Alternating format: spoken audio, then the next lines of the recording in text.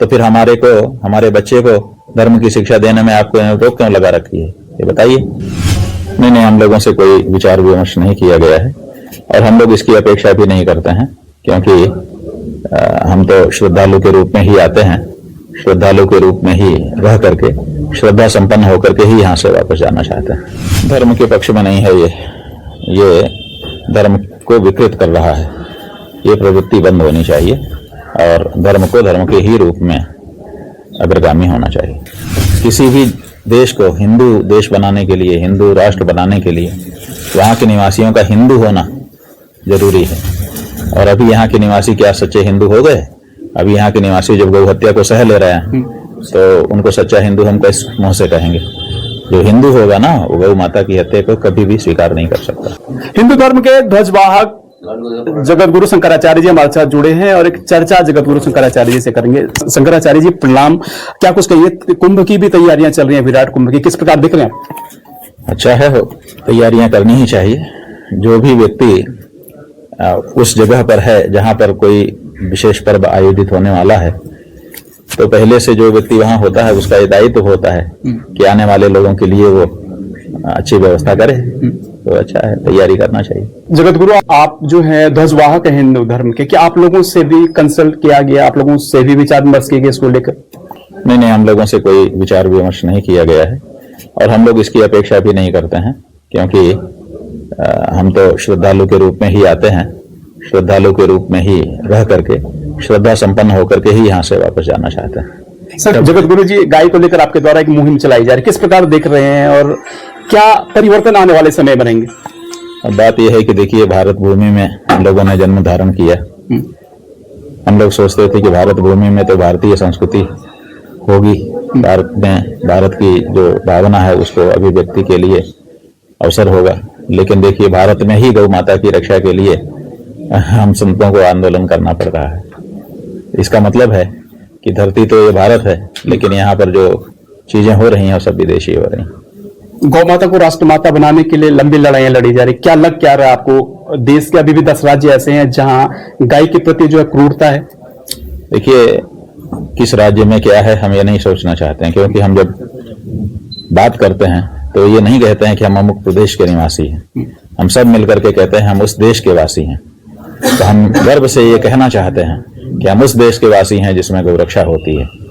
वो नहीं कह पा रहे हैं आज की तिथि में, यही हमारा सबसे बड़ा दुख है। धर्म का ध्वजवाहक भी है, हिंदू धर्म के अकॉर्डिंग जो है हिंदू राष्ट्र बनाने की एक मुहिम भी चल रही, कैसा देख रहे हैं और क्या लग क्या रहा है वास्तव में? ये मुहिम कब तक रंग लाएगी? नहीं, ऐसा है कि ये मुहिम खराब है ऐसा हम नहीं कह रहे हैं, लेकिन इसके लिए जरूरत जिस चीज की है उसकी तरफ ध्यान आकृष्ट करना चाहेंगे।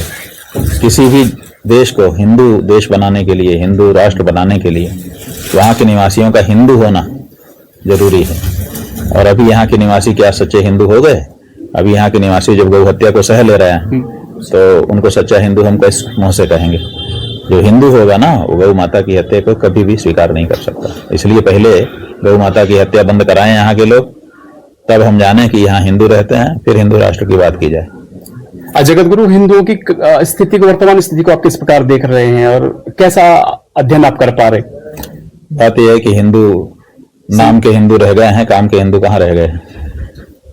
उनमें से बहुतों की संख्या ऐसी हो गई है जिनको हिंदू धर्म के बारे में ठीक से पता ही नहीं है।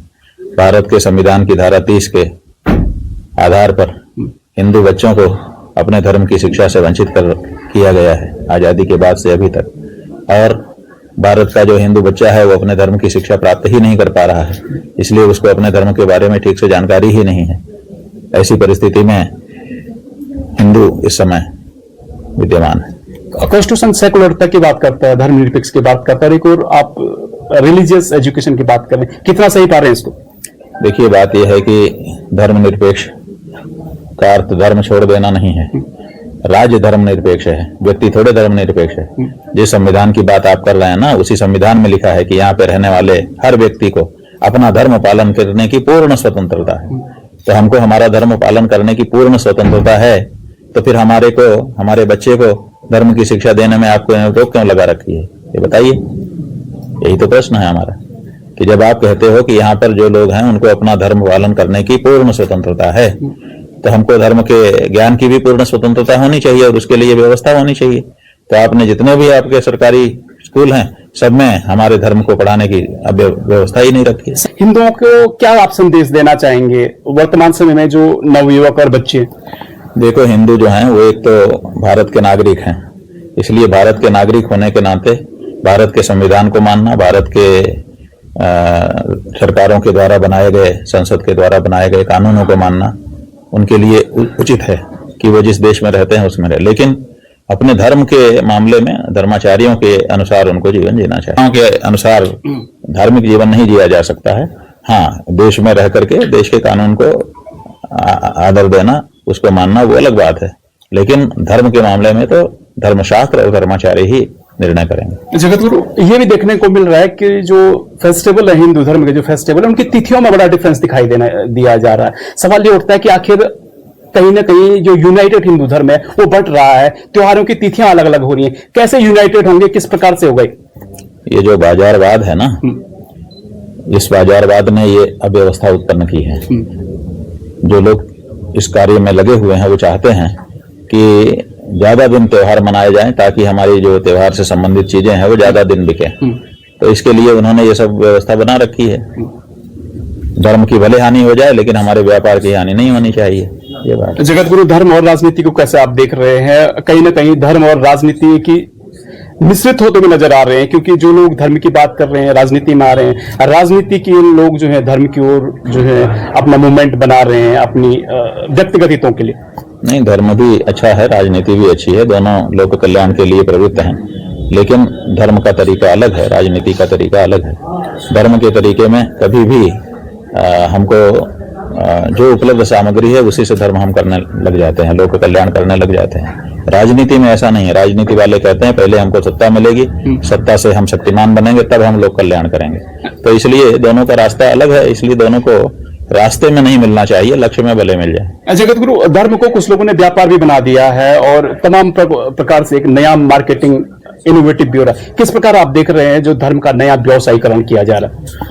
धर्म के पक्ष में नहीं है ये धर्म को विकृत कर रहा है। ये प्रवृत्ति बंद होनी चाहिए और धर्म को धर्म के ही रूप में अग्रगामी होना चाहिए। समय देने के लिए बहुत बहुत धन्यवाद जगतगुरु। नारायण नारायण।